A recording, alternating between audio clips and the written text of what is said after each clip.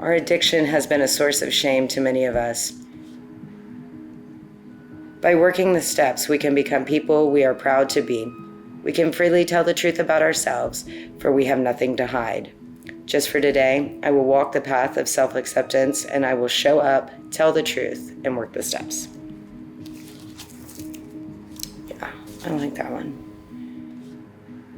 I came to the house after I went through treatment for alcoholism in July 2021. I said I'd give it a month, and I stayed for 11. And as time passed and they added more roles, I became an assistant manager, and then I became the manager in October of 22. And I've been the manager ever since. Many of the women that come through the program have children that are younger, that are either with family or they've been placed in foster care. So that's a huge thing, is getting people back to a place where they have some confidence and they have some autonomy and they can feel comfortable being a parent again.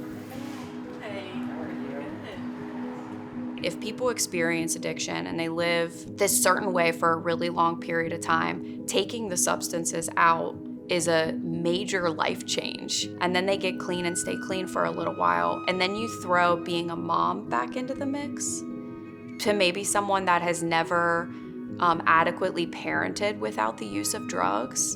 It's a really hard experience, as anyone could imagine.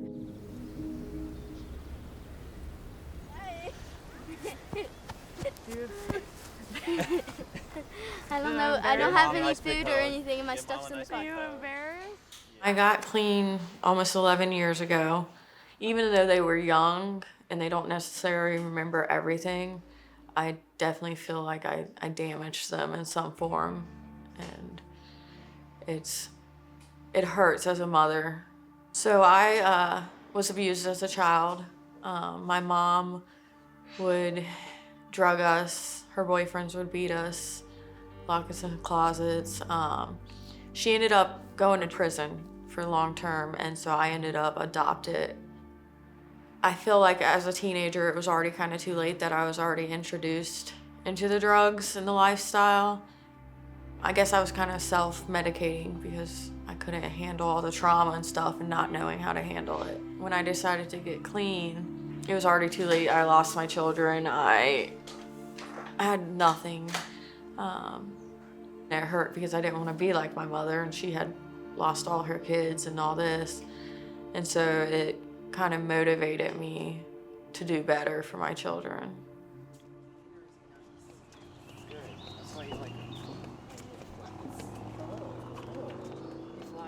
Well, I come from a really good family. I'm the only person that fell into addiction or substance abuse issues. My upbringing was really good, so I don't really know where I lost my way. Somehow I fell into years, I'd say about 11 years of drug addiction. I was homeless, used needles, abused my body, stole from family, stole from friends, stole from businesses, whatever I could to get money for my next fix. I remember thinking, feeling, knowing that I was gonna die this way, and I was okay with it. This is who I am. I'm gonna die this way, and that's fine with me. I'm just basically waiting for that day to come. Something drastic happened that led me to find 12-step recovery for the first time. I was robbing a drug dealer. In an attempt to do that, I jumped out of his moving vehicle. And that was the plan the entire time, was that I was gonna jump out of this car and I was gonna be fine and I was gonna get these free drugs. And everything happened just as according to plan, except I fractured my skull as well. So I got a little bit hurt.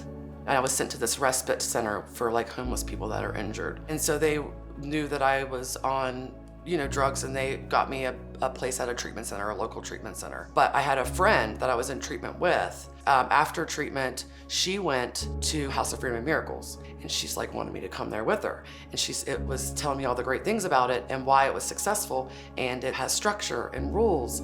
And I was like, I don't want structure, I don't want rules. I will not be going to that house. I'm gonna go to this house over here instead. After we left treatment, she went to House of Freedom and Miracles, and I didn't. And she stayed clean, and I didn't. And I was like, I want recovery again, and I know where I'm gonna go. I'm gonna go to House of Freedom and Miracles. And I got chills. Because that was really important to me that I ended up there. I thought that if I went anywhere else, I wasn't gonna make it.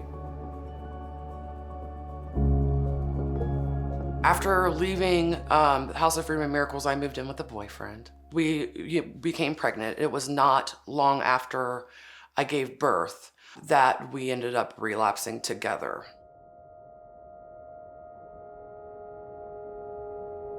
Generally speaking, most people just go through sober living and then they have to go out into the bigger, greater world. It's sort of like a big step.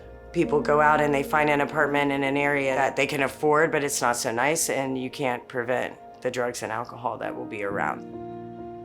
Our helping is limited because children can't live on our property, right? We don't have adequate space to house a mom and her child who successfully completes our program. There's so many gaps in being able to adequately help them because they're not living on our campus. They're not in our homes anymore. We can't, easily track them down and say, hey, what's going on? How are you adjusting? And the shame that comes from using after you're a mother was really, really hard on me.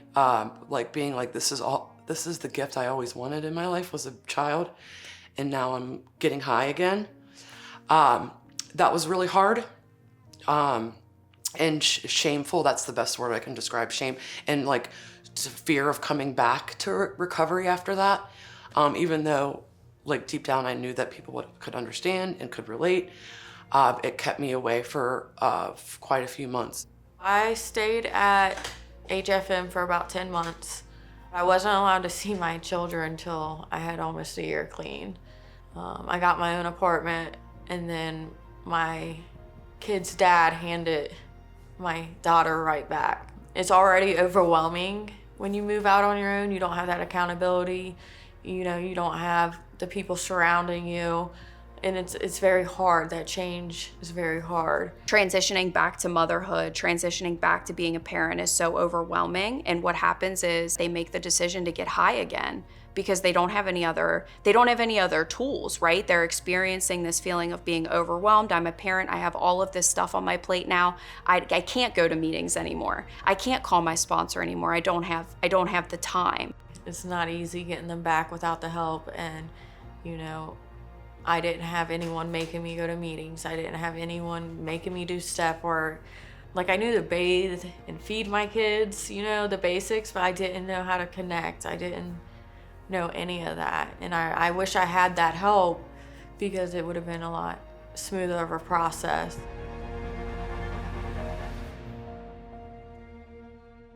So the future plans are to be able to have a space where they can successfully complete our program, work on themselves for the first 6 to 12 months of their recovery, build that solid foundation, and then successfully transition into an apartment on our campus still where they have their children with them and they're 20 yards away from the house that helped them get clean and stay clean. And so it's like that added support of having that village right across the street, not a phone call away, but right next door. So this way it's a little less expensive. They can start building credit. They can have a safe environment and a safe, sober environment. I think it'll meet a great need. To come back consistently after a relapse, especially after being a mom, was tough. I went to a 90-day treatment center that time. Right before she turned 1 year old, I got out of the 90-day treatment. I'll never want to be away from my child this long ever again. My daughter, she's 8. She is extremely sweet. She is just a little sassy, very funny. She's a lot like me. She looks just like me. She's like my little twin. Everybody says that. She's my twin, and she is. And she loves everybody in recovery too. She grew up in these rooms. They're like family to her too. She grew up with them all. It is a miracle that I got my children back. My life is beautiful. And I couldn't imagine, if you would have told me 10 years ago I'd have this life, I'd be like, no, I'd be dead. Or who even knows out there what I'd be doing. But some women just don't get their children back. I've seen so many women go back and use because they got their kids back quickly without the support and help. The Mommy and Me house is needed. As they're reuniting with their children, if we're able to house them on our property, on our campus, they'll have that support. They'll have that connection. They'll have that love, that unconditional love, that legacy of love that this program has offered so many men and women, where they'll be more set up for success, where they can reintegrate with their children and be supported and helped and guided through life's struggles. They're going to be in a sober environment. To support them and model that for their children is a great benefit. It's going to help our community. It's going to help the women that I already know that are maybe struggling, or the women that I'll come to meet. And we can't wait.